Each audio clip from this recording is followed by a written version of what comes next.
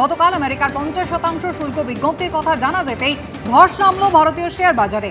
Nifty পড়ে যায় 255 পয়েন্টের বেশি, সেন্সেক্স নামে 849 পয়েন্টের বেশি।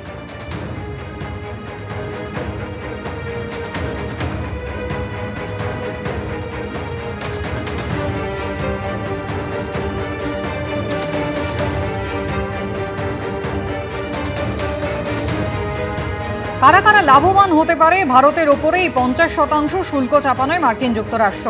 ফায়দা হতে পারে চীন এবং বাংলাদেশের, যারা ইতিমধ্যেই কিন্তু তৈরি হয়ে রয়েছে। এমনকি ভিয়েতনাম, কম্বোডিয়া, ফিলিপিন্স তারাও লাভবান হতে পারে। ব্যবসা করতে পারে মায়ানমার, থাইল্যান্ডের মতো দেশও।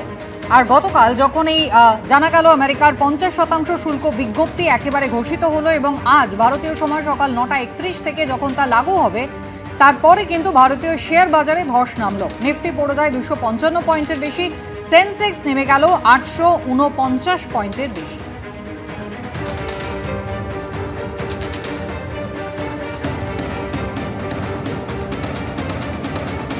এই যে 50% ভারতীয় পণ্যের ওপরে শুল্ক বসানোর যে সিদ্ধান্ত মার্কিন যুক্তরাষ্ট্র নিয়েছে, তার ফলে অন্য কোন কোন দেশের সুবিধা হবে?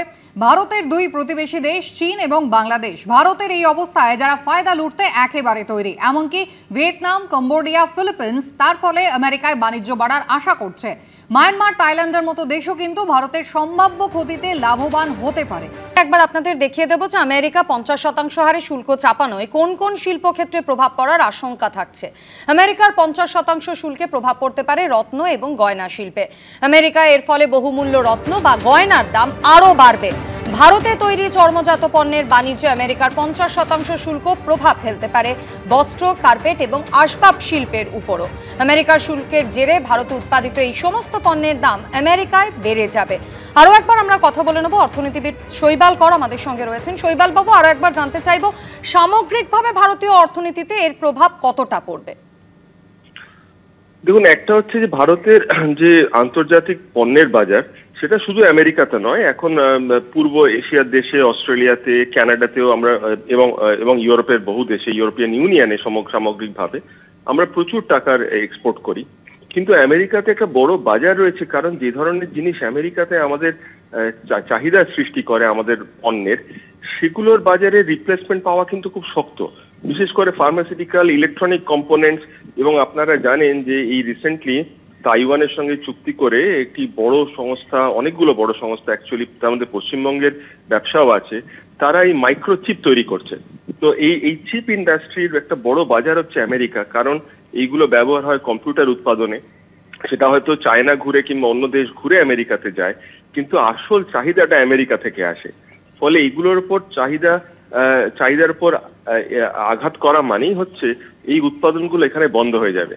আপনারা কিছুদিন আগে হয়তো দেখে থাকবেন যে এই মাইক্রোচিপ তৈরি এবং এই সংক্রান্ত ব্যবসাগুলো থেকে যারা বিদেশি কারিগর ছিলেন, বিদেশি স্কিল্ড ওয়ার্কার ছিলেন, তাদের কিন্তু চায়না এবং তাইওয়ান ফেরত নিয়ে নিয়েছে, কারণ জানে এখানে এই ব্যবসার ভবিষ্যৎ খুব ভালো নয়।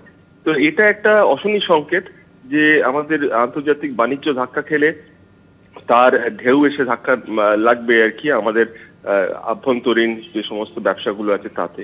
এবং যেটা বললাম যে এই অনুসারী শিল্প এবং শিল্পের সঙ্গে অন্য উৎপাদনের সংযোগ, এটা খুব গভীর একটা সম্পর্ক। এখন আমরা অর্থনীতির ভাষায় যাকে বলি ভ্যালু চেন, অর্থাৎ একটা থেকে আরেকটায় যাওয়া, এইটা সম্পূর্ণ চেহারা না দেখতে পেলে বোঝা খুব মুশকিল যে আর কি এর এফেক্ট পড়বে।